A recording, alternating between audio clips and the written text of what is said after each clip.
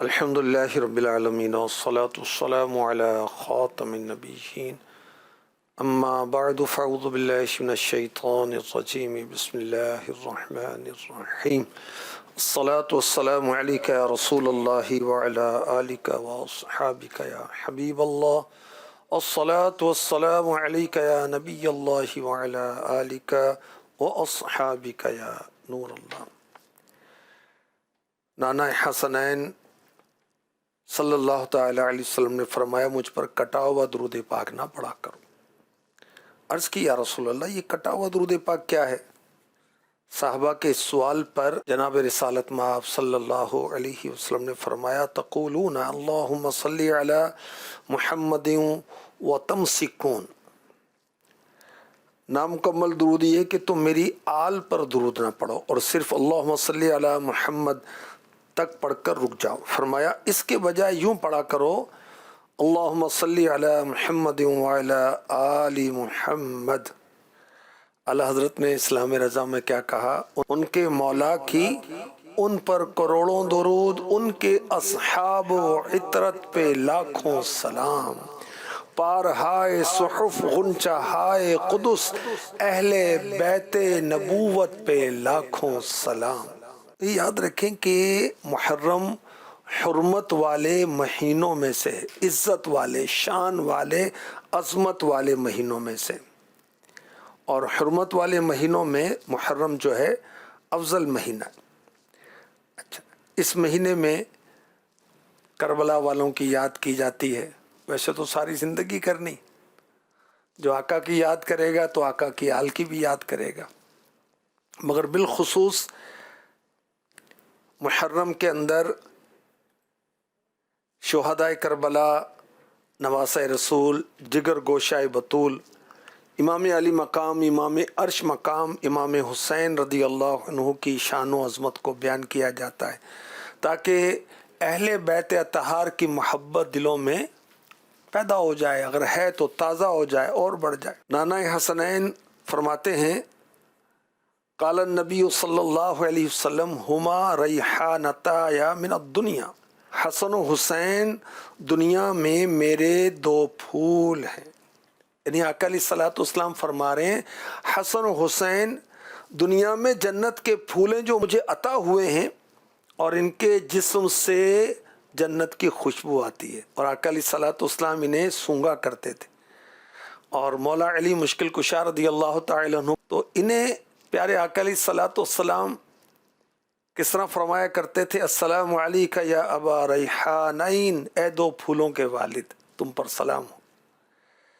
تو حسنین کریمین بارگاہ رسالت میں بہت ہی پیارے ہیں، بہت ہی محبوب ہیں، اور اعلیٰ حضرت نے ان کا صدقہ بارگاہ رسالت میں پیش کر کے یوں کہا ان دو کا صدقہ جن کو کہا میرے پھول ہیں، ان دو کا صدقہ جن کو کہا میرے پھول ہیں، کیجے رضا کو حشر میں خندان، مثال گل کیجے رضا کو حشر میں خندان، مثال گل۔ تو مدینے سے کربلا تک کا مکمل واقعہ کربلا، واقعہ شہادت بیان کرنے کی نیت ہے۔ اس سانحے کے، اس واقعے کے اسباب کیا، ریزنز کیا تھے، اس کا بیک گراؤنڈ کیا ہے، کہاں یہ واقعہ پیش ہوا، شہداء کربلا کے واقعات بھی انشاءاللہ پیش کیے جائیں گے، یزید کے کالے کرتوت بھی آپ کو بتائے جائیں گے، کربلا کے بعد کیا ہوا انشاءاللہ الکریم یہ بھی پیش کرنے کی نیت ہے۔ اچھا، واقع کربلا کے اسباب اور اس کے جو محرکات ہیں، اس کی بنیادی بات کیا ہے؟ یزید پلید کی تخت نشینی۔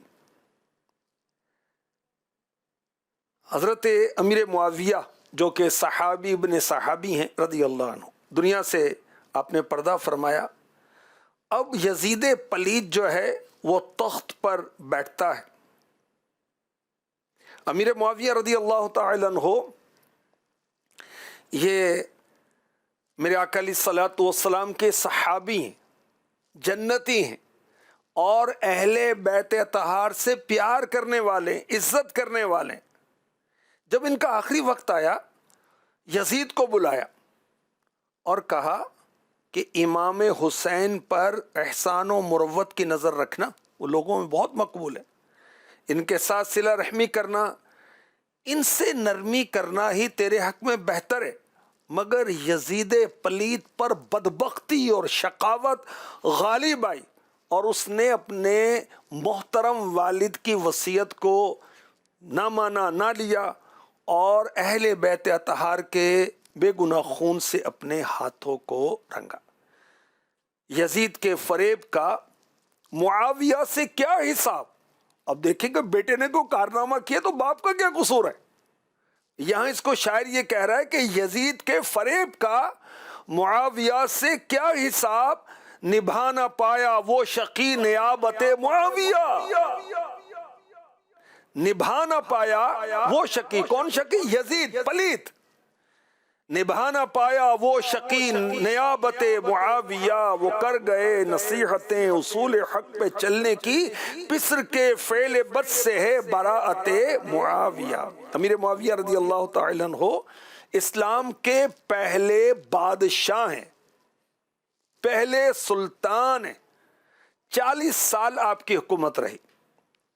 فاروق اعظم کے دور خلافت میں 4 سال دمشق کے امیر رہے، 12 سال عثمان غنی کے دور میں پورے ملک شام کے والی رہے، پھر 4 سال مولا علی مشکل کشا رضی اللہ تعالی عنہ کے زمانے خلافت میں، اور 6 ماہ حضرت امام حسن مجتبی رضی اللہ عنہ کے دور خلافت میں شام کے والی رہے۔ اس کے علاوہ 20 سال آپ خلیفہ رہے، تو 40 سال آپ کا دور حکومت، اور بڑی فتوحات ہوئی آپ کے دور میں، افریقی شہروں میں اور قبرص، یمن تک اسلامی سلطنت پھیلی۔ کسی نے کہا حسن کے دستے پاک سے بنے خلیفہ رسول، حسن کے دستے پاک سے بنے خلیفہ رسول، رضائے آل مصطفیٰ خلافت معاویہ، صحابہ تابعی ہوں کہ اولیاء دی ہوں، سب اہل حق نے مانی ہے امامت معاویہ۔ امیر معاویہ رضی اللہ تعالی عنہ کی بڑی شان ہے، اور یہ شان مکہ مدینے کے سلطان محبوب رحمان صلی اللہ علیہ وسلم نے بھی بیان فرمائی۔ فرمایا اللہ رسول معاویہ سے محبت کرتے ہیں۔ فرمایا امیر معاویہ کے لیے میرے آقا علیہ الصلوۃ والسلام نے دعا کی، یا اللہ انہیں کتاب و حساب کا علم عطا فرما، انہیں شہروں کی حکمرانی عطا فرما۔ ایک بار دعا کی، یا اللہ انہیں ایسا ہدایت دینے والا ہدایت یافتہ بنا کہ ان کے ذریعے لوگوں کو ہدایت نصیب ہو۔ ایک بار یوں فرمایا، یا اللہ معاویہ کو کتاب کا علم اور حکمت سکھا، اسے عذاب سے بچا۔ حضرت امیر معاویہ رضی اللہ تعالی عنہ کے بارے میں پیارے آقا علیہ الصلوۃ والسلام نے دعا کی کہ اس کا پیٹ علم و حلم سے بھر دے۔ میرے آقا علیہ الصلوۃ والسلام نے امیر معاویہ رضی اللہ عنہ کے جنتی ہونے کی بشارت دی، خلافت کی بشارت دی۔ فرمایا میرے رازداروں میں سے رازدار ہیں، قوی اور امین ہیں۔ فرمایا بروز قیامت معاویہ کو اللہ پاک اس حال میں اٹھائے گا کہ ان پر نور کی چادر ہوگی۔ سبحان اللہ۔ رسول اللہ صلی اللہ علیہ وسلم نے فرمایا اے معاویہ، جو تیری فضیلت میں شک کرے وہ قیامت کے دن یوں اٹھایا جائے گا کہ اس کے گلے میں آگ کا طوق ہوگا۔ معاویہ کی عظمتوں پہ جان و دل فدا کرو، معاویہ پہ منقبت لکھا کرو، پڑھا کرو، معاویہ کہا کرو، معاویہ کہا کرو، معاویہ سے پیار تھا، معاویہ سے پیار ہے، معاویہ کا ذکر خیر جا بجا کیا کرو، معاویہ کہا کرو، معاویہ کہا کرو۔ حضرت سیدنا امیر معاویہ رضی اللہ تعالی عنہ امام حسین رضی اللہ عنہ سے کیسی عقیدت رکھتے تھے؟ جب ملاقات ہوتی تو کہتے خوش آمدید اے رسول اللہ کے بیٹے، اور پھر حکم دیتے کہ 3 لاکھ چاندی کے سکے نذرانہ پیش کیا جائے۔ امام حسن مجتبی رضی اللہ عنہ کا بھی بہت احترام کرتے امیر معاویہ، انہیں خوش آمدید کہتے اور کہتے اے ابن رسول اللہ مرحبا، اور 3 لاکھ چاندی کے سکے پیش کرتے۔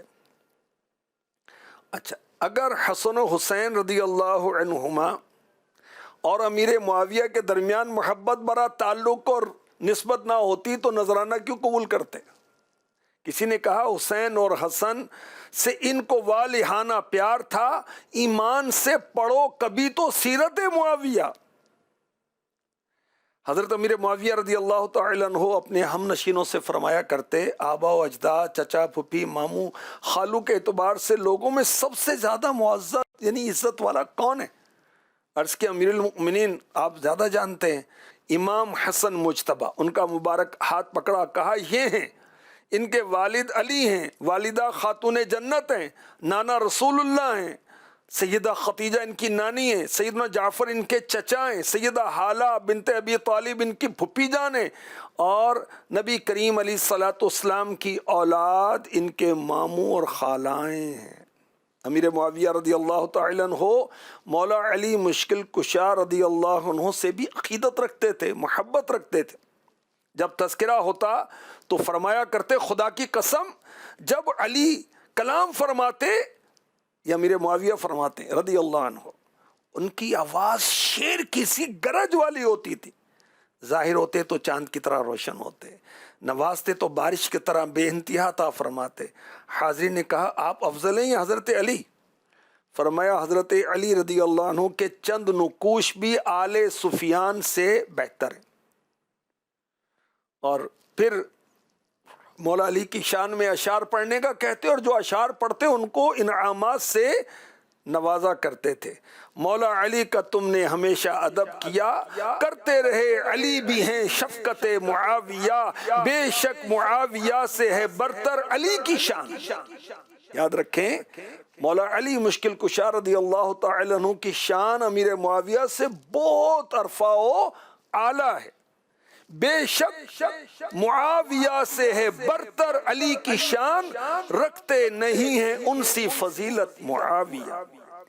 امام حسین رضی اللہ تعالی عنہ کے نانا جان رحمت عالمیان صلی اللہ علیہ وسلم سے بھی امیر معاویہ رضی اللہ تعالی عنہ بہت محبت کرتے تھے۔ جب آخری وقت آیا تو آقا علیہ الصلوۃ والسلام کا مبارک کرتا، تہبند، ایک چادر اور چند بال مبارک، آپ نے وصیت کی کہ مجھے ان مقدس کپڑوں میں کفن دیا جائے۔ آقا علیہ الصلوۃ والسلام کے مبارک ناخن اور بال مبارک میرے منہ اور ناک پر رکھے جائیں، میرے سینے پر پھیلا دیے جائیں، اور پھر مجھے ارحم الراحمین کے سپرد کر دیا جائے۔ 60 ہجری میں ملک شام کے شہر دمشق میں امیر معاویہ رضی اللہ تعالی عنہ نے 78 ایئرز میں دنیا سے پردہ فرمایا۔ امیر معاویہ نے وصال سے پہلے یزید کو کچھ نصیحتیں کی، ان میں یہ باتیں تھیں، یہ یزید اللہ پاک سے ڈرتے رہنا، لوگوں سے نرمی کرنا، اگر کسی بات سے تجھے اذیت پہنچے یا تیری عیب جوئی کی جائے تو اس سے درگزر کرنا۔